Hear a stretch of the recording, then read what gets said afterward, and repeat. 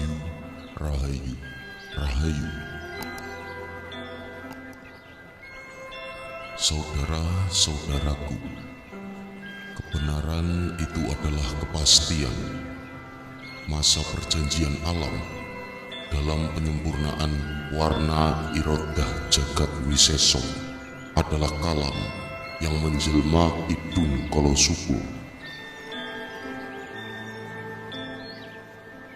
Hari ini dilambangkan dengan getar-getir para hati gemetar. Lewatlah dari sela-sela kematian, dari semua bencana alam, pertikaian, peperangan, serta pagebluk. Alam sudah mulai bergerak, memusnahkan segala kekuasaan untuk pemunculan sosok dirinya. Dan para malaikat berada di berbagai penjuru langit, menjunjung singgasana arsy di atas kepalanya. Dia ingin menulis kisahnya, namun tantangan hidup tidak seharusnya melumpuhkannya. Seharusnya membantunya menemukan siapa dirinya sebenarnya. Ketahuilah, ketika dia lahir, ari-arinya ditanam di puncak Gunung Merapi. Kelahirannya ditandai datangnya wahyu ke Prabun, namun sulit untuk dijelaskan. Ya, sebuah wahyu yang selama ini menjadi rebutan para kesatria. Barang siapa mendapatkannya, maka ialah yang berhak bertahta di tanah Jawa seahli warisnya. Wahyu ini mengajarkan bagaimana seorang pemimpin memerintah tanpa wahyu itu rakyat akan sengsara karena sifat serakah dan angkara murka yang menguasai sang raja. Hanya dengan jiwa yang sejatilah, maka Indonesia akan kembali ke pangkuan Ibu Pertiwi dan Kemahripah Loh Jinau, Toto Tentrem Karto Raharjo.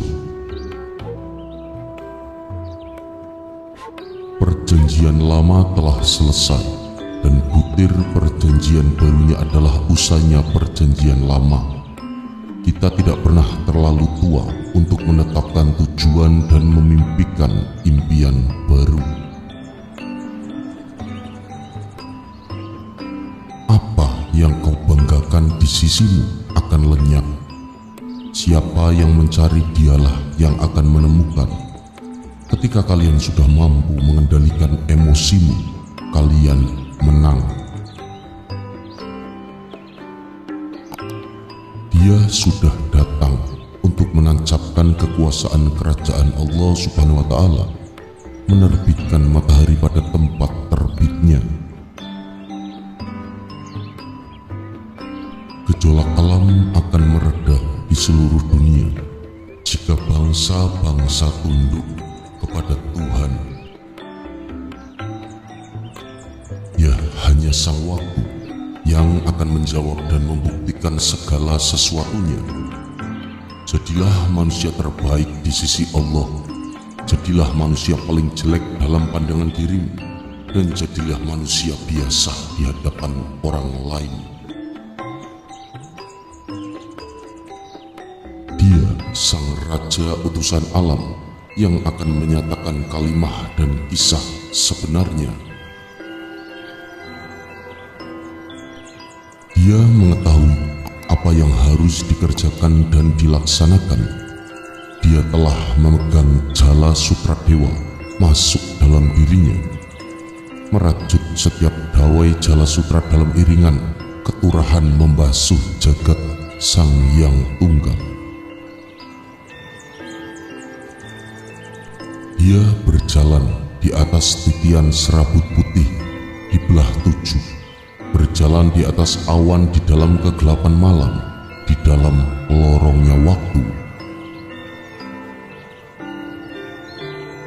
Penyempurnaan rasa berbilang dalam wadah raganya, manunggal jadi tunggal melebur dalam suwung, kembali sebagai penyangga wadah zat kekal yang menyatakan ada nyata. Tiada yang tahu tentang dirinya kecuali dirinya sendiri. Tiada yang sampai pada dirinya melainkan hanya orang-orang terpilih. Dia bukan Tuhan, tapi pembawa cahaya Tuhan. Dia bukan Tuhan, tapi pembawa kebenaran Tuhan. Dia bukan Tuhan, tapi pembawa sifat-sifat Tuhan. Hanya manusia yang berhati bersih yang mengetahui rahasia ini. Jangan sekali-kali ada di antara kalian yang merasa dan mengaku serta mendeklarasikan diri sebagai orang yang tepat dan benar. Kehendak akhir zaman akan kedatangannya sudah tak bisa dikoyak lagi oleh manusia. Rekayasa dan tipu daya sudah tidak berlaku lagi. Jangan mudah-mudahnya memiliki atau mencalonkan sosok lain di hadapannya. Pasti mudah terkuliti dan terpatahkan olehnya. Hanya cukup dengan satu ayat darinya. Menemukan sebuah kebenaran adalah awal terbukanya hal yang selama ini menjadi misteri.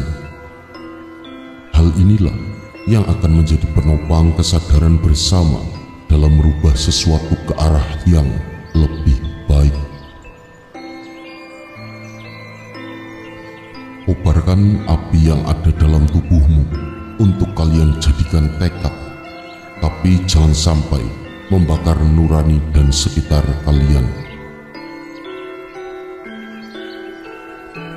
Mereka-mereka yang akan dia libatkan dalam pemanfaatan harta langit untuk amanah langit terwujud di bumi Nusantara tak semudah membalikan telapak tangan, karena membalikan telapak tangan itu meminta, bukan bekerja. Dia akan buktikan kalian akan mencari dirinya sampai lelah, karena itu kalian menolak kebenaran. Saat kekuatan alam meratakan Nusantara atas dosamu sendiri. Dia punya sabtu tadi, tidak lama ucapannya terjadi. Dia pun bisa meramal seperti dewa. Dia sudah bertahun-tahun sedih dan berjuang sendiri. Hanya sebagian orang yang dia beritahu tentang dirinya. Jangan bingung dan jangan heran. Dialah pewaris ilmu Syekh Syubakir yang mampu menundukkan jin dan makhluk halus. Ya, sesungguhnya dia tidak bersembunyi tapi menjaga kerahasiaannya, dan dia akan menutupi kesejatiannya. Jasad nur, rasa sukma nur cahaya, keduanya menyatu menjadi nur sejati dan bertajali dengan Nur Muhammad dan Nurullah, maka akan mencapai 13 nur alif dalam diri 9 cakra dewa dan 4 cahaya malaikat yang akan menyatu. Di langit pun terjadi perebutan pengaruh akan ketuhanan. Di bumi juga tumpang tindih melewati perjalanan waktu, karena dari sanalah sebuah peradaban itu seimbang, agung, dan abadi. Hanya air yang jernih yang mampu terlihat hingga dasarnya, hingga nampak dengan jelas segala bentuk kehidupan dan keindahan yang ada di dalamnya. Terkadang merasa tahu suatu hal tapi sesungguhnya tidak benar-benar tahu. Hanya sekedar merasa tahu dan bukan tahu yang sebenarnya. itulah kesombongan yang tumbuh subur di setiap jiwa manusia.